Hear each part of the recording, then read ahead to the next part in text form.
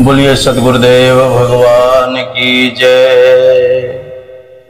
सच्चिदानंद भगवान की जय। आइए श्रीमद् भागवत के अंतर्गत भाग 6 एकादश स्कंद तृतीय अध्याय श्लोक 1 से 11 का हिंदी अनुवाद। माया, माया से पार होने के उपाय तथा ब्रह्म और कर्मयोग का निरूपण। राजोवाच परस्य विष्णोरीशस्य मायनामपि मोहिनीं मायां वेदितुम् इच्छामो भगवन्तो ब्रवन्तु न। राजा निमि ने पूछा, भगवान सर्वशक्तिमान परम कारण प्रभु विष्णु भगवान की माया बड़े बड़े मायावियों को भी मोहित कर देती है, उसे कोई पहचान नहीं पाता, और आप कहते हैं कि भक्त उसे देखा करता है। अतः अब मैं उस माया का स्वरूप जानना चाहता हूं, आप लोग कृपा करके बतलाइए। योगेश्वरों, मैं एक मृत्यु का शिकार मनुष्य हूं। संसार के तरह तरह के तापों ने मुझे बहुत दिनों से तपा रखा है। आप लोग जो भगवत कथा रूप अमृत का पान करा रहे हैं, वह उन तापों को मिटाने की एकमात्र औषधि है। इसलिए मैं आप लोगों की इस वाणी का सेवन करते करते तृप्त नहीं होता। आप कृपा और कहिए। तब अब तीसरे योगेश्वर अंतरिक्ष जी ने कहा, राजन, भगवान की माया स्वरूपतः अनिर्वचनीय है, इसलिए उसके कार्यों के द्वारा ही उसका निरूपण होता है।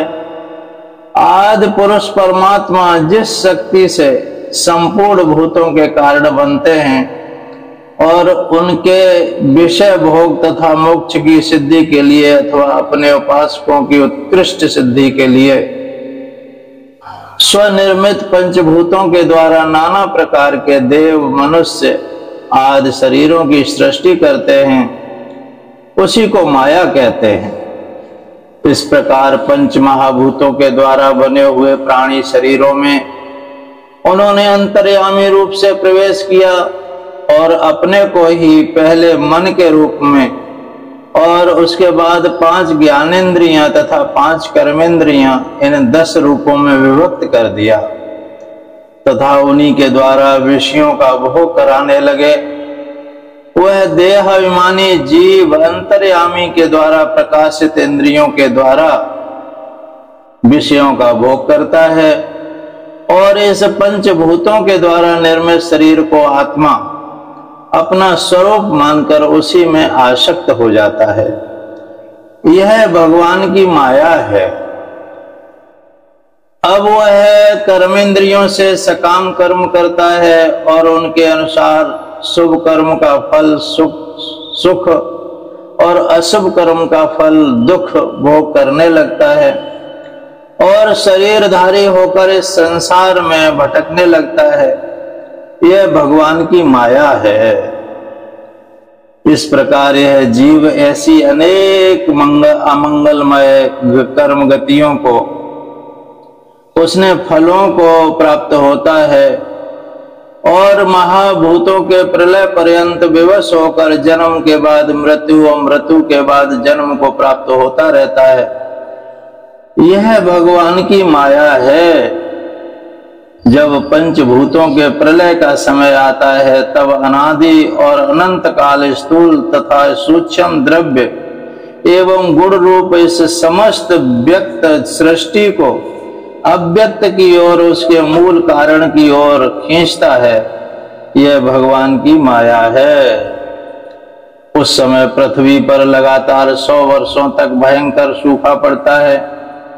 वर्षा बिल्कुल नहीं होती। प्रलय काल की शक्ति से सूर्य की उष्णता और भी बढ़ जाती है तथा वे तीनों का लोकों को तपाने लगते हैं। यह भगवान की ही माया है।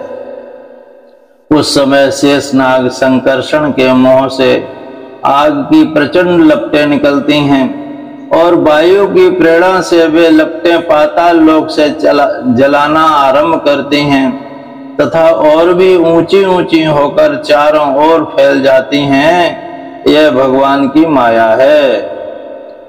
इसके बाद प्रलयकालीन सावर्तक मेघगढ़ हाथी की सूंड के समान मोटी मोटी धाराओं से 100 वर्ष तक बरसता रहता है। उससे यह विराट ब्रह्मांड जल में डूब जाता है। यह भगवान की माया है। राजन, उस समय जैसे बिना ईंधन के आग बुझ जाती है, वैसे ही विराट पुरुष ब्रह्मा अपने ब्रह्मांड शरीर को छोड़कर सूक्ष्म स्वरूप अव्यक्त में लीन हो जाते हैं। यह भगवान की माया है। वायु पृथ्वी की गंध खींच लेती है, जिससे वह जल के रूप में हो जाती है, और जब वही वायु जल के रस को खींच लेती है, तब वह जल अपना कारण अग्नि में बन जाता है। और यह भगवान की माया है।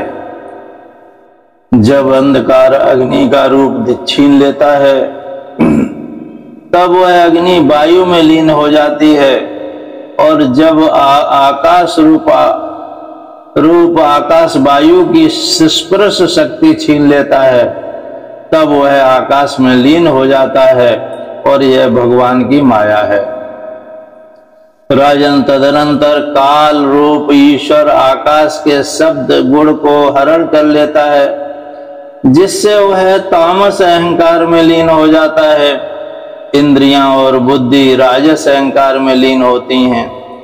मन सात्विक अहंकार से उत्पन्न देवताओं के साथ सात्विक अहंकार में प्रवेश कर जाता है तथा अपने 3 प्रकार के कार्यों के साथ अहंकार महत तत्व में लीन हो जाता है, और महत तत्व प्रकृति में और प्रकृति ब्रह्म में लीन होती है।